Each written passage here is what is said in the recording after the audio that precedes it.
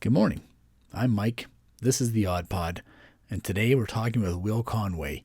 He is the voice behind Baggage Claim, and it is what it says it is.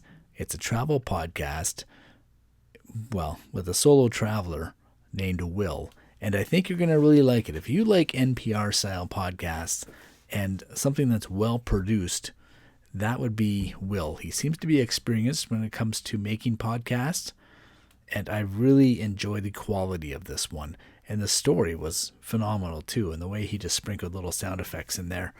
Really well done. I got a big kick out of it. He does have quite a few, well, not quite a few, but I think he said he had something like 20 episodes in the can, but you'll have to listen to that as we go through this. He talks about how he's been some places and what kind of tools he uses. You're going to like it. So, grab a coffee. Let's get comfortable. You ever used Streamyard before? No, first time. It seems like pretty cool piece of software. Yeah, it's not bad. It's $25 US a month. Nice. So nice. That works at like 32 Canadian, and then it records the video like we're doing here. It records the audio, stores it for 15 days, and then I can download it at the end and save it for my purposes. That's perfect. Yeah, I like that. That's good. Good to be chatting. Yeah. So you're in Toronto, I think, right? Well, I'm just outside Toronto, really. I'm actually in Brampton. Okay, cool. Maybe you've heard of it. I have not. Not. My understanding of Canadian geography is limited to Quebec. Oh, like, are you from Montreal? No. My girlfriend is. So I've been up here for 6 months or so, and then outside that, I've spent almost zero time in Canada. So really, yeah. It's been Montreal's awesome. Like Montreal's fun. Montreal's amazing. Montreal's great. It's obviously it's a weird time to be exploring a new place, but it's been nothing but incredible. Oh, and the shutdown doesn't help either, because now it's 8 p.m. or after you get a $6,000 fine. Yeah. I think as of tonight or tomorrow night. That's last night. I think it was. Was it last night? Oh, I might have broken that one. Whoops. Yeah. My buddy's a YouTuber in Montreal, and he's got like 400,000 subs, and nice. All he does is he bitches about Montreal all the time. Constantly. That's his gig. I feel in any city everybody has there's a subset of people who find a way to make that city the worst city in the world, and they're right about whatever they're saying, right? But Detroit, it's terrible for these Detroit's a bad example because it is, but Los Angeles, it's the worst for like these 5 reasons. Well, yeah, but it's also 75 and sunny. You can drive down to the beach in a Jeep Wrangler every weekend. Like, it's not that bad. Come on. There's like that type of thing going on. Yeah, well, I'm a glass half empty kind of guy. Fair. I'm not exactly an optimist, but I'm a bit on the pessimist side. But it's funny, as I live here, I definitely like Toronto. I enjoy Toronto. Brampton's not bad. It's got lots of fantastic restaurants. It's just you got to drive everywhere, and I'd rather ride my bike or walk or take the subway or something. Yeah, that's the beauty of a city like this. It's so walkable. Oh yeah, for sure. What part of Montreal are you staying in? On the plateau, right off St. Hubert Street. There are a couple between right down from Mount Royal. The big church. Yeah, pretty much. Have you been up there, the big church? Passed by it. Haven't been inside. Inside it is, they actually have behind a vault. They took one of the hearts of the saint. Really? Yeah, and it was actually I forget what saint it is, but you'll be able to look it up when you're done. Yeah. But it was stolen at one point. Someone stole the heart and demanded a ransom for it, and it was a big part of Montreal uproar. It was actually found in like a storage locker just a few years ago. I think it was missing for 60 years or something. I could be completely off base here, and someone's going to correct me. No, this is crazy. I'm going to look this up afterwards. This is wild. Yeah, it's the Oratory, right? St. Joseph Oratory? Yeah. That's the name of it. Yeah, it's a very cool spot up there. I really like it. Actually, I like the whole downtown core right there. Plus, you got all the cool bago shops. Oh, yeah, it's amazing. They're open. I don't know. Yeah, which they were up until very recently. Yeah, so where are you from originally? I'm from outside New York City, Connecticut, originally. About 45 minutes by train, an hour by train outside New York City to the east. Oh, yeah. That's Casey Neistat's cottage town is in Yeah. Connecticut. Yep. Very sort of like suburban little houses on a hillside style. Close to the water? Yeah. Long Island Sound, so it's like not the big waves, but yeah, it's pretty nice. Oh, dude, that'd be a blast. Oh my God, it was a great place to grow up, and then spend 5 years. I mentioned Los Angeles because I lived there for 5.5. What was it? 5 years, something like that. And yeah, kind of been all over the place. Oh, that's cool. So give me the 2-minute spiel on your podcast here. What's going on with it? Yeah, no doubt. So I just launched a show called Baggage Claim. Tagline's travel stories no one tells. And they are really on the face. They're these immersive, usually pretty short, 10, 15, 20 minutes. Shortest episode so far is like 7:30-ish. So you're kind of in and out quickly, but they're these immersive travel stories. So you're kind of sound designed to come into the world with me. Hopefully powerful and thought-provoking is sort of the idea. Some of them are funny, like the 4th episode's me just failing to find a bathroom for 8 minutes. Basically, it's an 8-minute fart joke. But then you have other episodes that are a little more intense or a little more designed to sort of tell a story. And the podcast is really designed at its core to tell a story over the course of time. So it's structured sitcom style in that each episode can stand alone if it needs to. And if you come in at any point, you're not going to be sans context in a way that episode doesn't make sense. But having the history definitely adds up to something. The story is going somewhere, basically. What made you start like that podcast in particular?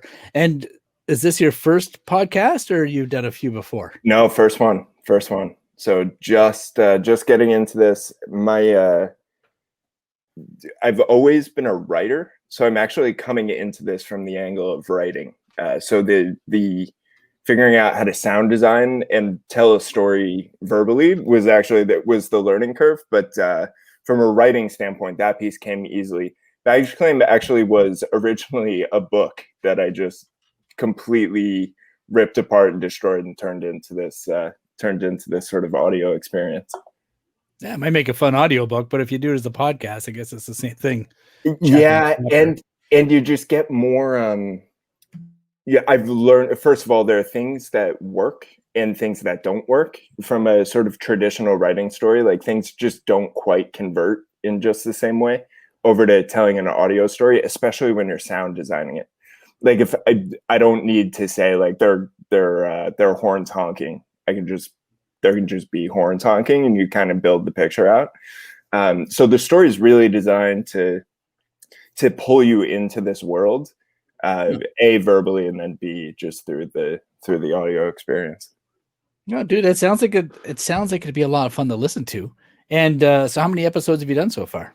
So I'm 6 episodes, just launched a 6th episode on Tuesday. 7's coming up next Tuesday. And are you recording them week by week, or do you have a bunch in the can? I have about 25 done. Wow, really? Yeah. So we're just going week by week. That said, I'm finding I get a little finicky the week that an episode's coming out. So there's a lot of ones with construction tape around them at the moment. Yeah, I know that feeling. I have a bunch in the can as well too, and I look back at them, I'm like, geez, it's needs a bit of work, or the story gets lost just as we're going along with it. Yeah, exactly.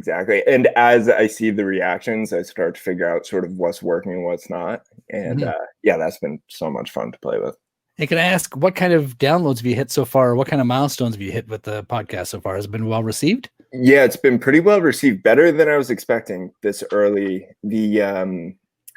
So I can generally expect 150 on the first day, and then the episodes that are just breaking the month barrier right now are at about 500.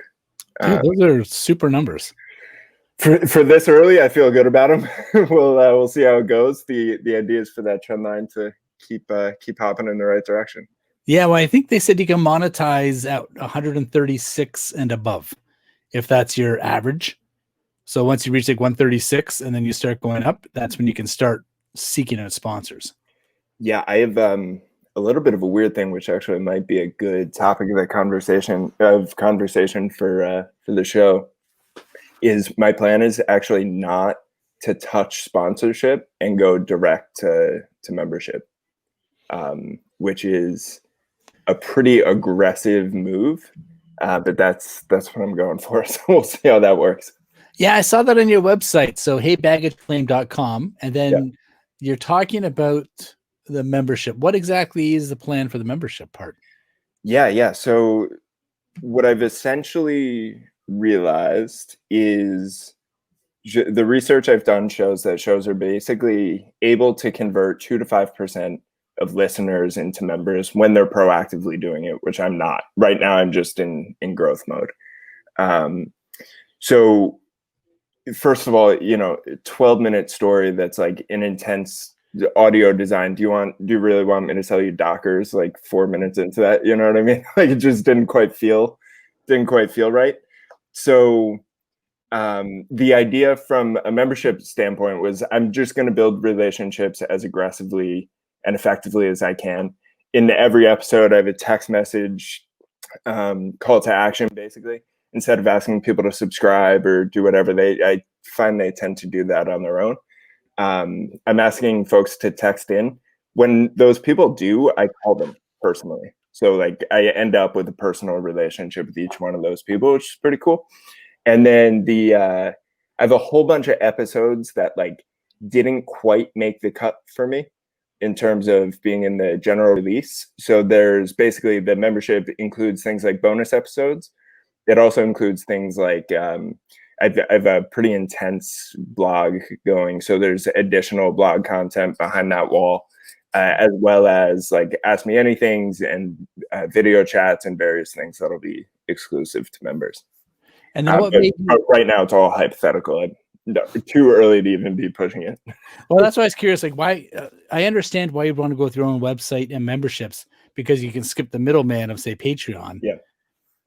I'm just curious why you would skip Patreon. Like, it's a WordPress site, I think. No, right? It's Nation Builder. It's a company I used to work at. Oh, really? Yeah. Are you a web guy by trade then, or? No, I am a political organizer by trade. Actually, I worked in politics for directly in politics on campaigns for the first like 2-3 years of my career, and then went to Nation Builder, which is sort of the underlying infrastructure behind a lot of political campaigns. So to be like the American Heart Association, all their advocacy work happens on Nation Builder. So my background is in organizing and building relationships and leveraging relationships when people enjoy what you're doing. So I'm trying to basically structure it that way. So that website, if you sign up, that goes into what is essentially a CRM. Same thing if you text in, same thing if you sign up for email, same thing if you do anything that engages with me in some way. I see it and I'm basically able to sort of try to cultivate that relationship as effectively as I can from there. Okay. So yeah, I figured the easiest way to go here was to just be candid about what I'm trying to do. So like on the for sure membership page, there's just like a 4-minute video of me being like, the membership's not that cool. Just if you want this show to keep going, I need you to help, basically is it. So yeah, from my perspective, the idea is develop relationships as effectively as I can, put out the best content as I can, talk to as many people as I can. And if the world decides I should keep the show going, I will. If not, I'll go get a big boy job again. A big boy job, yeah. Yeah, I got one of those. Oh, brutal. No, yeah, look, I had this opportunity with this time. That's an odd and maybe insensitive way to look at what's happened in the last 8 months. I've realized that I have an opportunity to do something I've always really wanted to do, which is tell stories. That's kind of always been the core of who I was. I quit my job 2 years ago to go on the trip, which is the story of the show. And I figured telling that story was the best way to spend this time, And so that's what we're going with. This time is a gift. It is. In some ways, it really is. Yeah, we've all been blessed to kind of enjoy time with family or to do something like take out those hobbies that we've always wanted to take up. I think it's a fantastic time. Yeah. But then again, you and I are in a privileged little group where we don't have to worry about living in an apartment with 3 or 4 other people or not having benefits to worry about bills and all that shit. Yeah. But, yeah. So you traveled for 2 years, and these are the stories of those 2 years? Is that what you're... So I traveled I quit my job in July of 2019. So I guess 18 months ago, I quit my job and got on an airplane to Colombia. And the baggage claim name is sort of a double meaning. One is the idea of like, it's travel stories, but it's not the romantic travel stories. It's not like the 4 best beaches in Bali or whatever. It's like the weird, funky, kind of awkward moments that happen on the road. And I just thought that it's just a complete untold story. And it was actually what I fell in love with traveling. And then the other side of that is I feel like everybody in their late 20s, I was 28 when I made that call, is trying to figure out what the hell they're doing. And so the idea of the show was to just show up authentically and be like, I thought I had it figured out. My resume looked pretty good. I decided one day that wasn't true. I got on an airplane, and this is me trying to figure it out. And so that's essentially what the show is.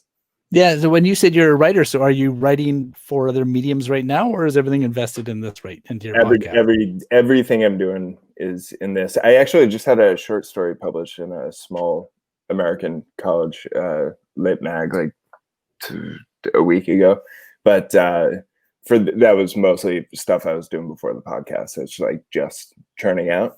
But yeah, pretty much right now, everything I'm doing is the podcast. And are the podcasts scripted? Yeah, pre-scripted, pre-written. If in words, they would come out to, some are shorter, some are longer, but 2,000 to 6,000 words. So like basically short stories for each one of them. And then I sound design them, kind of rewrite based on what's working sound design wise. Each episode probably took a week about. Okay, so I see the transcript up on your website. So that's every episode is going to have its transcript.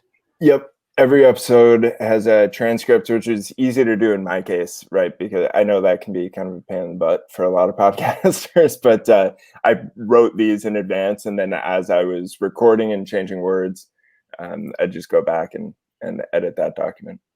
And have you ever thought of using Medium as another tool to send people back? Yeah, I have a Medium account that's actually not nothing. I have a couple hundred followers on there and haven't really leaned into it. For the podcast, my whole blog for my trip, which was like 15 posts, all that's on Medium. But yeah, I want to reactivate Medium. So what are you listening to now, if you don't mind me asking? Yeah, for sure.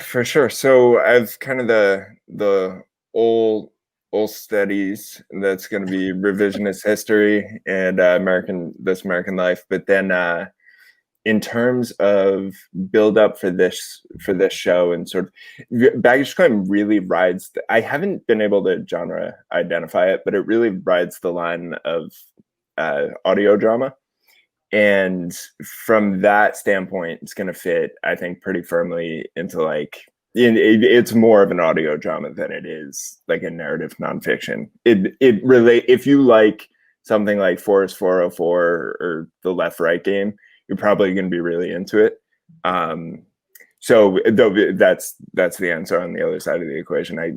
For the Left Right Game, I think it's one of the best audio experiences I've ever had. Really? Yeah, it's like a thriller. It was actually originally, I think, a written story that appeared like on a Reddit thread somewhere and then turned into this really well produced. I think it's Q Code, I think Q Code produces it, but yeah, it's one of the best. It's kind of like a thriller, immersive audio. It's unbelievable. Oh, Left Right Game podcast. Yeah, I've never heard of it before. Yeah, it's I think it's one and done. I think it was just basically like a 1-season run, but it was phenomenal. It came out in the spring. Yeah, 2020 fiction podcast written by Jack Anderson based on his series. Has anyone heard of the Left Right Game? Originally posted in No Sleep Sub. Yeah, there you go. Yeah. 10 episodes. Yeah, and phenomenal listening experience. That one blew me away. Yeah, I was listening to that as I was designing my show, and I listened to the first episode of that after I designed like the third episode of my show, and I was like, oh shit, I have to like go back and rewrite, like re-record, rewrite like half of my show because this just gave me so many ideas. Yeah, I don't know if you're listening to my podcast before this, but I had this guy on here called Nick Harder, and he had a podcast called Out of Trouble. Well, he still has it, and it's just him walking around San Francisco talking to like homeless people and odd people in general. Yeah, and the same thing. It's a bit like an audio drama where he drops in the sound effects after. Yeah, it's just really fun to listen to if you got the time. I'm gonna check that out. I have an episode coming up late in my season, which actually sounds a lot like that. It's called Jesus Christ Wears a Quicksilver Tee. And I live in this apartment with my girlfriend. It's a wonderful little space right on the plateau. It's like this nice little neighborhood. For some reason, right next door, the building there has become occupied primarily by people who are right on the verge of homelessness. Which is good. I'm glad it exists, but it's kind of an enigma in this neighborhood.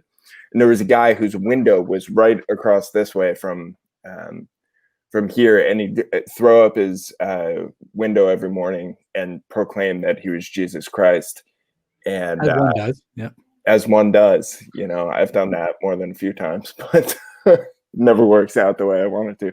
Anyway, no, so ended up just having the most bizarre experience with this guy.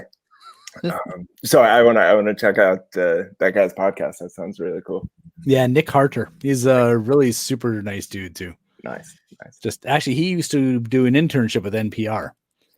Oh, nice. So you can really see that style of podcasting, I guess, built into his work. So what do you record with? Like, I guess if you're writing all that, you're scripting all this, and then you're going to record it, and then you're going to edit it. Like, what are you using for your hardware and editing software?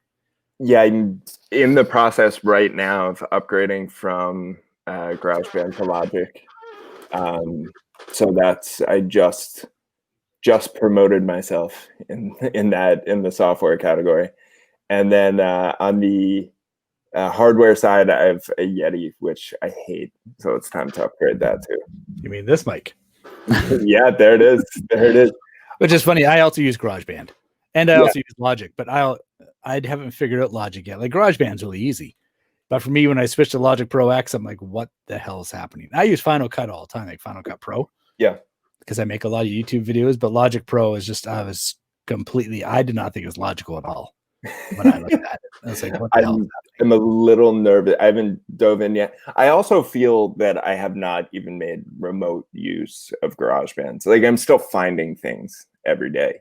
Well, that's the thing. You're running a single track podcast. It's your voice, and then you have the sound effects, and you have a couple of layers. You're talking 3 or 4 layers tops. There's no reason for you to go to Final or to Logic Pro X unless you're going to do a multi-channel podcast. Yeah, it's so. The episode I have up right now, which is me rebuilding what's coming out next Tuesday, we're at 14, which is a little grimy. Yeah, it's getting rough. Just as I come up with new ideas, I'm like, maybe it would be cool if somebody yells in the background right here, and then like I have to go find somebody yell into a mic and change the pitch, change the voice. It just gets out of control. So your episodes are numbered 1.1, 1.2. Does that mean season 1 episode? Yeah. Oh, okay, that's a good way of doing it too. Yeah, basically, I'm giving myself 1 season. If it continues to work, we'll start doing 2. But I don't know. We'll see how it goes. And what inspired your artwork for the backgrounds? That was just me. Okay, I have a number 1 recommendation for anybody wanting to play around with the podcast. Are you familiar with Canva? Yep. I love Canva so much. I pay $12 a month for this thing, and it blows me away. It's the best graphic design. I did all my logo, my website. I have these stupid little videos that I put out. It'll take like a 15, 20-second little riff from one of the episodes, and sort of sound design it, and then adding graphics. So I'll have a little like stick figure getting really sad or like going through an experience of some kind. I found them to be really effective. People seem to be super into it. But Canva is where I've built everything, and I love it. Now, you said you were in New York before? I'm currently in Montreal. I'm from outside New York. I've lived there for a bit. Have you ever noticed, have you ever heard of Keith Haring? Keith Haring. I saw you just put it in the chat here. No, I'm not sure. Look up his art. It looks a lot like what you have there. Does it really? Yeah, it's really interesting. His stuff is, as soon as I saw that, I'm like, that looks a lot like Keith Haring, who's also in New York. He makes like these characters, and I wonder if I can share my screen. Yeah, I'm on his website here. I love what he's doing. That's great. Yeah, he's a really interesting artist. He was big in the 80s and stuff. Yeah, that's pretty cool. So what's your plan for the channel? Like, what do you want to keep doing with it, or what do you want to take it, and what do you think it's going to do for you in your future? Like, you're still fairly young. You're under 30 by the looks of it, or by the sounds of it. So yeah, coming up 30 in March. I'm so the general, from a storytelling perspective, the stories are going to get more and more intense, both sometimes in the genre of being a just much more intense experience, but other times just being, I found later, as my episodes went later, I found this sort of like niche skill set of creating something that felt more almost like sleep stories that you hopefully don't fall asleep to. Like, they're almost meditative in a certain sort of sense. And those episodes, I'm really excited to start diving into those and into figuring out how to really make that work, because I ultimately think that's where the show is going. And the show and what I'm trying to do ultimately is tell a story rooted around empathy and the human experience. The world we live in right now, I think empathy is not front and center quite in the way that it maybe should be, and sort of human understanding of one another. And the show is designed to take people into a place where they can find empathy with other people. And that's ultimately, that's the story I want to tell. And so the show, like the show starts with me alone and sad in an airport, confused as to why I'm in this place. And it's just like the first episode's this just complete sad boy episode. And then you slowly find out, like, I had a fiance and that relationship didn't work out for various reasons. The whole thing fell apart. And then it sort of starts to build back up as I do increasingly bizarre things on this trip. So like I end up in the middle of the Amazon rainforest doing ayahuasca, and like there's 2 episodes that are just like an intense psychedelic experience. So I think from that standpoint, the show is going to get wilder and wilder. And then everything that's built around the show, all the videos, all the blog posts, they're all designed really to tell different versions of that same story. So that's ultimately what I'm going for. If anybody is curious, human empathy matters, and it's possible to find it. You now don't have to listen to my podcast. Well, you know, it's funny, you're not wrong. I mean, you learn a lot about yourself when you travel. Yeah. That's what it comes down to, especially if you travel alone. Yeah. And then you really kind of discover what you're made of. And at that age, at 30 or 20, like late 20s, early 30s, you're progressing from, you're no longer a kid, but you're not really an adult. Yeah. You might have the body of an adult and the abilities of an adult, but you haven't really earned your way yet. Yeah. Yeah. So yeah, it's a real good way I think traveling is the best way to discover yourself. But then when you travel, like I say, you learn empathy, you learn to kind of rely on yourself and learn your own personal strengths. And then that's what really makes you into the person that you become. No, that's exactly right, Mike. And you just take less for granted the easy, obvious comforts in life. So like, I remember having these absolutely bizarre experiences of like, I can't actually do anything right now because I lost my debit card. And Bank of America is not taking calls from Colombia. Like they don't do that. And then so I had to call through to my brother who is in New York, and then he called Bank of America, and then we were on this like weird, bizarre 3-way call where they could hear half of what I was saying. And then like they didn't believe that I was me, obviously, because I was like three-way calling into Bank of America's support. And then so like for basically 2 weeks, I was just stuck in the middle of the Tatacoa Desert in the middle of like rural Colombia because I couldn't leave because I had no money because I couldn't get in touch with Bank of America. So just like these bizarre, weird things happen to you. Like I just have no solution to this problem, which I think we need more of that. Like less Netflix and chill and a little more kind of get your ass kicked from time to time. Yeah. Well, yeah. It's when you've only got $5 to your name and you've got 2 weeks to try and figure out where you're going to go. It can. Yeah. That's when you rely on the kindness of strangers, so to speak. Yeah, exactly. And that's when you realize that people are incredible. As long as you be incredible to people, they'll be amazing back. It's great. Yeah. It's a give and take society. So when all this is done, where's the next place you're going to go? There is a long-standing debate between my girlfriend and I. My two desires, hers is Southeast Asia and mine is either biking across Europe or like feet in the Mediterranean in Greece and then up to like Estonia and then across and over to the Iberian Peninsula or Africa. That sounds like fun. But you've only been to Montreal in Canada? Anything west, I have no idea. Yeah, that's what I was going to throw at you. I'm like, have you ever heard of a place called Tofino? Nope. No, it's on Vancouver Island, and it's like one of Canada's only surf spots.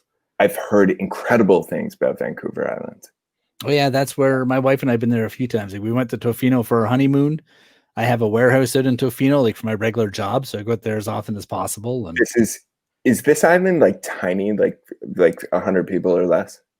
No. Okay, there is an island out there, and I have a former coworker who. Oh yeah, sure. There's Salt Springs Island. There's Gabriola Island. Sure. Yeah, I have no idea what I'm talking about. Yeah. But yeah, he lives on one of those islands, and it's like him and 3 other families. So I was gonna be like, oh, you must know this guy. Yeah, they're like little communes, basically. Mm-hmm. Mm-hmm. Yeah, my office is out in a place called Duncan, which is they call it Funkin' Duncan, but it's the totem pole capital of Canada. So they go out there and they have all these totem poles and stuff. But when you go to Tofino, it's just a wild place. But I mean, if you're in Canada and you got time to kill, you may as well just like drive to Prince Edward Island and dip your toe in the Atlantic, then drive it to Tofino and dip your toe in the Pacific. That I would love to do too. Yeah, and you can say that you've never left the country, so don't have to worry about breaking any COVID barriers. That's fair. That's fair. Hop in a car and just drive. It's on the short list. I also just at the very least getting up to sort of like Newfoundland and Labrador and all that. I haven't done, sort of up and around. Newfoundland won't let you in right now anyway. Yeah. It's when you go to Newfoundland, they basically they'll grill you even in the best of times.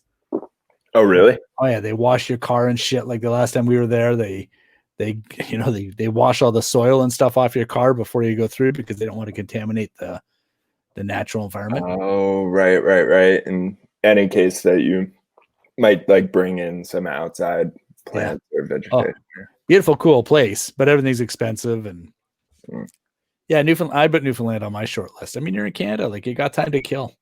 Yeah. You can't go to the States right now. You can't really travel. So. Nope. No interest in going to the States at the moment. No. Anyway, dude, I think I got everything I needed for here. Where can people find you online? Like I guess the website's the most obvious choice. Yeah, so heybagageclaim.com. It's Hey Baggage Claim on basically every platform with the exception of Instagram, which is Baggage Claim Pod. And then I'm just at Hey Will Conway, so it should be super easy. And yeah, those are the primary ways. Oh, cool. Well, listen, Will, I really enjoyed this. I thought this was a blast. Short and sweet. I still got a bit of beer to finish here. Me too. Well, thank you so much, Mike. I appreciate it. I don't have a sponsor yet, but I want them to sponsor. Cheers. Perfect. I love it. Rolling full sponsor. I am so far behind on this podcast that this probably won't come out till like Valentine's Day or something. No, that's pretty cool. Yeah. Let me know. We'll go with it. Do you upload once a week? Once a week. Yeah, every Tuesday. Tuesday. Yeah. It's wild. So the first 6 episodes were really tight, and I sort of knew they were ready to go. And I was like, oh, I have time to make sure the other episodes are sort of ready to go. And then, here we are.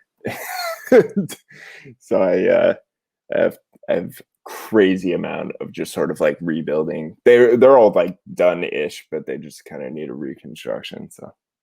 All right, dude. Well, listen, you're gonna have a blast. I mean, when did you show up in Montreal? Like, when did you land there? July, a little after 4th of July, US. I think it was like July 6th or 7th, something like that. Okay. And how long you staying there till the COVID lifts, I guess? I guess indefinitely. I mean, I live with my girlfriend. We have an apartment here. I'm kind of just living with no intentions of going back. So I think the next thing that we'll do is get on a plane, go somewhere else. Okay. And parlez-vous français? Nope. Not even a little. not even a small amount. Well, like I was gonna respond with "I don't speak French," and then I realized I forgot how to say it as I was trying to say it. Yeah, it's no parlez-vous français means "Do you speak French?" Yeah, no. I figured, but I was gonna respond, and just not even there. Je ne parle pas français. I think that's it. I don't know. Anyway, something like that, or "Ma français comme ci comme ça." In South America, I spent all this time learning Spanish, and then I showed up here, and I was like, shit, I have to restart. Oh, my Spanish is even worse. I can barely order a beer in like Spanish, so. Yeah, tienes un cervezas. Yeah. Hey, dude, this is fun. Thanks for your time. I really enjoyed this, and we'll chat on Twitter again. Absolutely. Thanks, Mike. I appreciate having me. All right, thank you so much. Appreciate it, Mike. Space. Now, here's the thing. When you travel alone, you really learn to rely upon yourself. And once you learn to rely upon yourself and what you're capable of, you then start to help other people. And that's something that I learned when I used to live in Korea. I kind of woke up on a whim one day and decided, all right, I'm going to be an English teacher in Korea. And I was literally, from the time I thought that to the time I landed in Seoul, it was maybe a week later. It was that fast. I mean, they overnighted the tickets, and I was at the airport, and blammo, I was there by myself in a country where I did not speak the language, the complete opposite end of where I lived. And a funny story, though. As soon as I land, well, not as soon as I land, but once I get comfortable in this new teacher's office, another teacher comes in, and we're shooting the shit, and I'm like, so where are you from? And she's like, oh, I'm from Toronto. I'm like, I'm from Toronto. And then I'm like, well, she's like, actually, really, I'm just from a little bit up north of Toronto. And I said, that's where I'm from. It's just up north of Toronto. And then it turned out that not only did we live in the same town, but we lived on the same street. And my parents bought the house off her parents. We actually shared the same room. So here we are in Seoul, South Korea, from the same small town, the same house on the other side of the world. How was that for serendipity?